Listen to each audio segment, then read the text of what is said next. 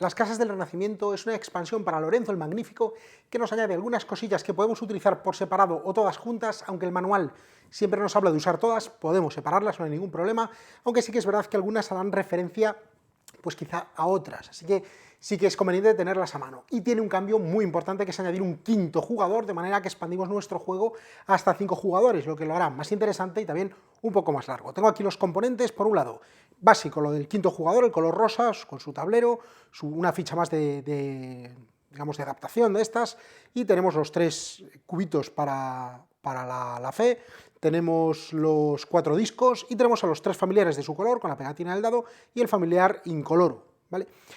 Y luego añadimos nuevos recursos, piedra, madera, trabajadores y tenemos familiares, vaya. Y tenemos también 3 losetas nuevas de fe, bueno, o de excomunión, para tener más variedad en el juego. Además, nos cambia algunas cosas, tenemos una nueva ficha de consejo que podemos colocar sobre el propio tablero, porque ahora tenemos hueco, por supuesto, para 5 jugadores. Y luego a partir de aquí ya todo lo que hay son pequeños modulitos sueltos que podemos utilizar, que como digo sí que van relacionados. Por un lado tenemos nuevas cartas, ¿vale?, de consejeros que podremos o bien mezclar con el juego base, o bien utilizar solo este mazo o solo el mazo base, como queramos. Algunos de estos nuevos consejeros utilizan algunas opciones nuevas, como estas fichas, por ejemplo, que tenemos aquí, ¿vale? Esa es una de las novedades, los nuevos consejeros. Por otro lado, tenemos esta torre que nos añade una cuarta torre, digamos, al tablero, se coloca a la derecha. Fijaos que esta es la parte de la puntuación del tablero, pues la colocamos a la derecha y tenemos un nuevo mazo especial de desarrollo, también de tres eras, ¿vale? 1, 2 y 3, para colocar cartas. Bueno, se prepara igual que en los otros mazos y para colocar cartas en esta zona, y así tenemos 4 acciones nuevas y 4 acciones diferentes, digamos. Por otro lado tenemos estas 2 torres de adaptación, bueno, más que torres, son unas laminillas, estas se usan en 2, 3 y 4 jugadores, y esta en 5 jugadores, así que según el número de jugadores, pondremos esta sobre el tablero, levantando una de las cartas de las nuevas que sobren, preparamos el mazo, ¿vale?, con 8 cartas, etcétera, pues levantamos la que sobre y pondremos esto sobre el violeta, por ejemplo. Vale, cuando colocamos esto, lo que hacemos es modificar, fijaos, los costes. Vale, aquí valía 5, al ponerlo aquí, ahora vale 7. Vale, el de arriba, que valía 7, ahora vale pues 3 y 3, 6 y 2, 8. Y los de abajo también, 3 pasa a valer 6, 1 pasa a valer 5. Fijaos que hay un agujero aquí para mantener, digamos, el coste o la ventaja adicional, y aquí también. Vale, esto al final de cada ronda se moverá entre las distintas torres, levantaremos cartas y veremos dónde colocarla, de manera que nos variará los costes.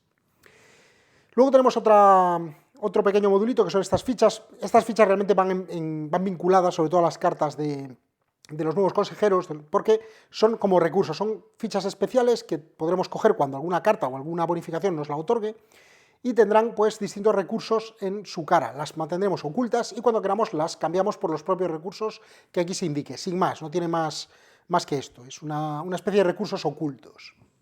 Y por último, quizá la más grande o la de más chicha, son las casas que vienen representadas en esta expansión.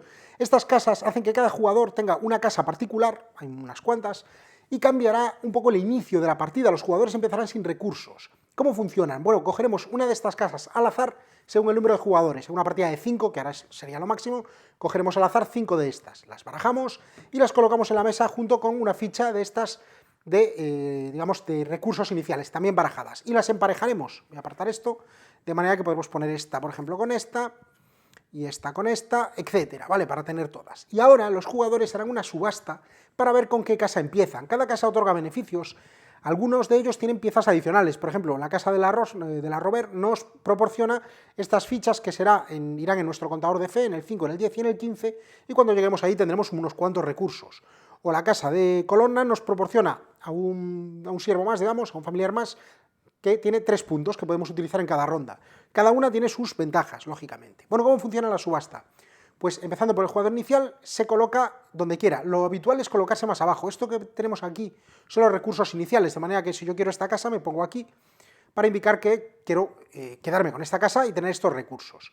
Los demás jugadores se podrán colocar en cualquier casa vacía o se podrán colocar en una llena, pero si está llena tendrán que colocarse encima, no tiene que ser adyacente, se puede colocar aquí.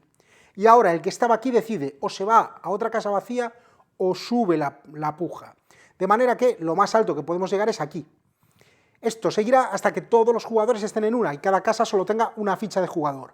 Y una vez que todos tengan su casa, simplemente se llevan la casa con sus beneficios y, por supuesto, estos recursos iniciales. Cuanto más arriba, menos recursos, de manera que hay que ver si queremos seguir subiendo para empezar con menos recursos o nos vamos a otra casa que esté menos disputada, pero nos llevaremos más recursos iniciales. Como veis, distintos cambios para darle un poquito más de profundidad al juego.